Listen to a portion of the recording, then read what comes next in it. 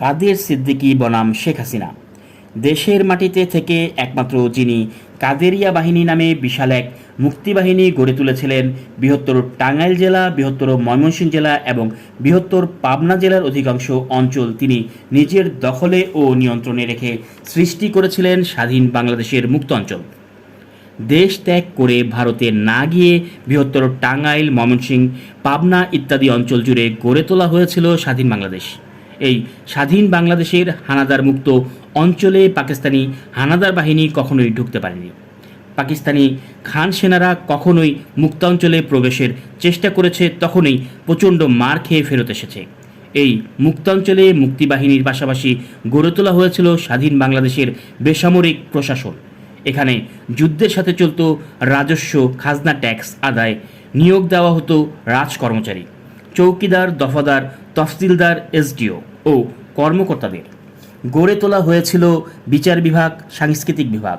শুধু বাংলাদেশেরই নয়, সারা বিশ্বের মুক্তিযুদ্ধের ইতিহাসে এমন নজির খুঁজে পাওয়া যাবে না। মুক্তিযুদ্ধের বিশ্ব ইতিহাসে নজিরবিহীন ইতিহাস সৃষ্টি করেছিলেন যিনি, তিনি হলেন মুক্তিযুদ্ধের কিংবদন্তি নায়ক বঙ্গবীর আব্দুল কাদের সিদ্দিকী বীরুত্তম। মুক্তিযুদ্ধের সময় লোকে যাকে বাঘা সিদ্দিকী বলে জানত, যার নাম শুনলে পাকিস্তানি সেনাবাহিনীর জেনারেলদের পর্যন্ত আত্মারাম খাঁচা হয়ে যেত। 1975 সালের 15ই আগস্ট শেখ হাসিনার পিতা শেখ মুজিবুর রহমানকে সপরিবারে হত্যা করলে একমাত্র বঙ্গবীর কাদের সিদ্দিকী ওই হত্যার প্রতিবাদ করেন। শেখ মুজিব হত্যার পর কাদের সিদ্দিকী নিজেকে শেখ মুজিবুরের চতুর্থ পুত্র দাবি করে 71-এর ন্যায় পুনরায় যুদ্ধ শুরু করেন।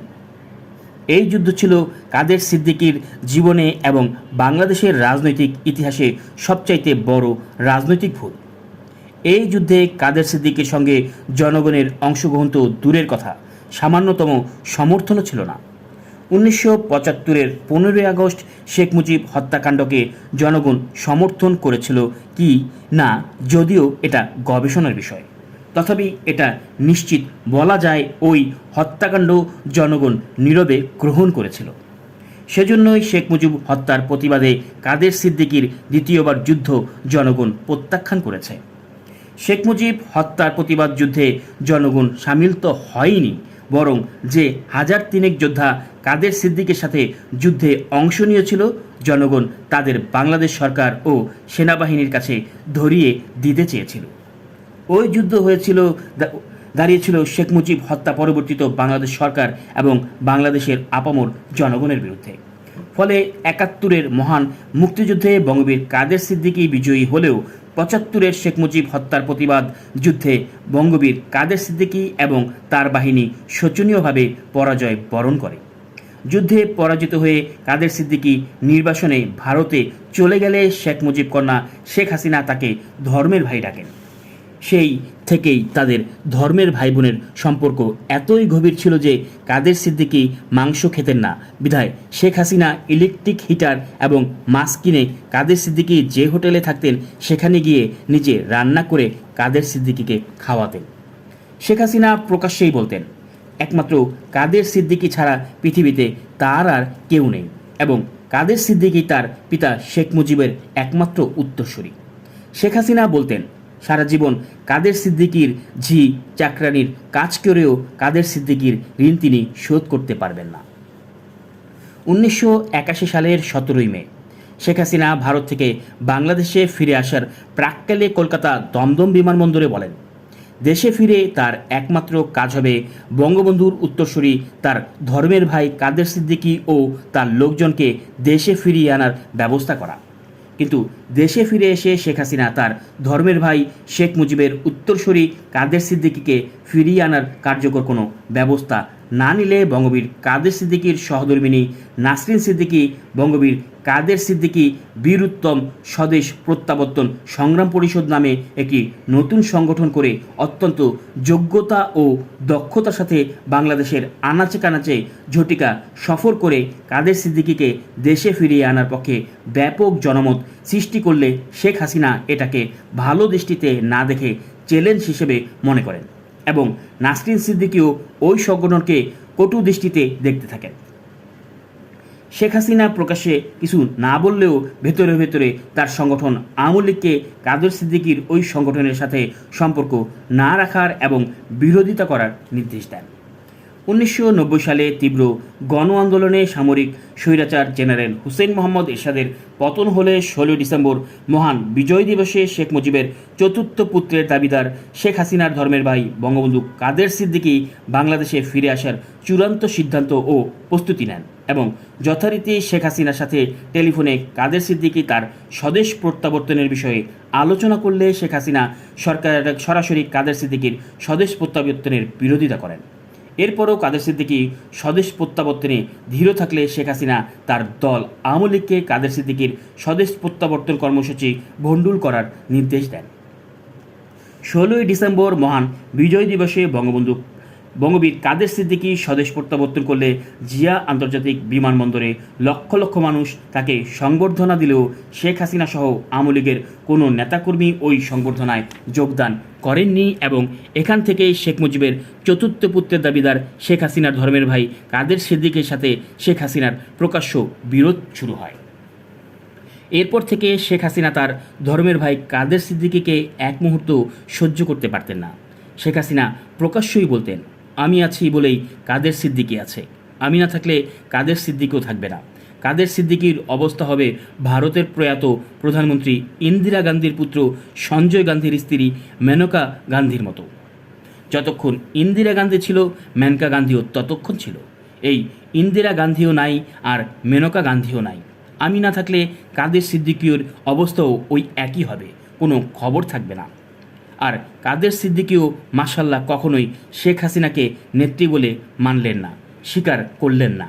কাদের সিদ্দিকীর ওই একই কথা, শেখ হাসিনা আমার বোন, আমি শেখ হাসিনার ধর্মের ভাই, আমি শেখ হাসিনার বা শেখ মুজিবের রাজনৈতিক উত্তরসূরি।